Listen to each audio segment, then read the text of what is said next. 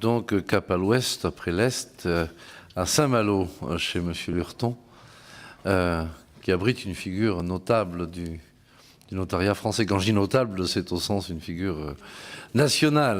Ne le prenez pas à l'envers, mon cher collègue. On a beaucoup de figures notables à Saint-Malo. Non, j'aurais voulu... Alors, je veux quitter un peu la partie... Ils sont corsaires depuis fort longtemps. La partie de la carte pour revenir sur les petits actes dont nous nous sommes entretenus quasiment à chaque audition. Et je me souviens, Monsieur le Président, lorsque vous étiez venu nous voir la première fois, nous avions également eu un débat là-dessus que vous avez un petit peu réintroduit au début de votre intervention.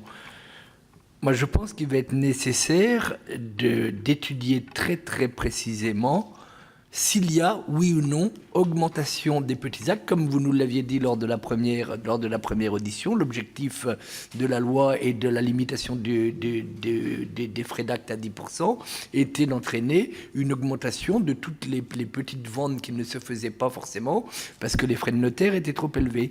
Je pense que maintenant que la loi a été promulguée, il faut que nous puissions avoir une étude pour voir quelles ont été les conséquences de cette décision sur les études notariales. Je n'ose penser que cela ait pu entraîner un regroupement de petits actes sur certaines études plus rurales, des plus grosses études se consacrant en général à des affaires plus importantes, puisqu'il y a une obligation d'ST pour tous les notaires, donc à partir de là, j'espère que ça ne se passe pas comme ça, mais quand même, j'aimerais bien qu'on ait une étude très précise et quelles ont été les conséquences sur le chiffre d'affaires des études notariales de cette mesure.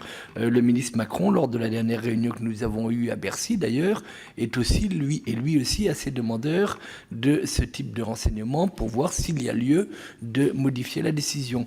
Ce que je sais, c'est qu'un certain nombre de notaires d'études rurales m'ont dit très très clairement que pour eux, tous ces petits actes qui n'avaient pas forcément tellement augmenté, mais enfin pour ce qui concerne ma circonscription, je n'ai pas l'analyse au niveau national, mais que par contre, quand ils en avaient, pour eux, le travail est extrêmement fastidieux, aussi fastidieux que pour un acte important, et le paiement est vraiment très très très peu maintenant rémunérateur.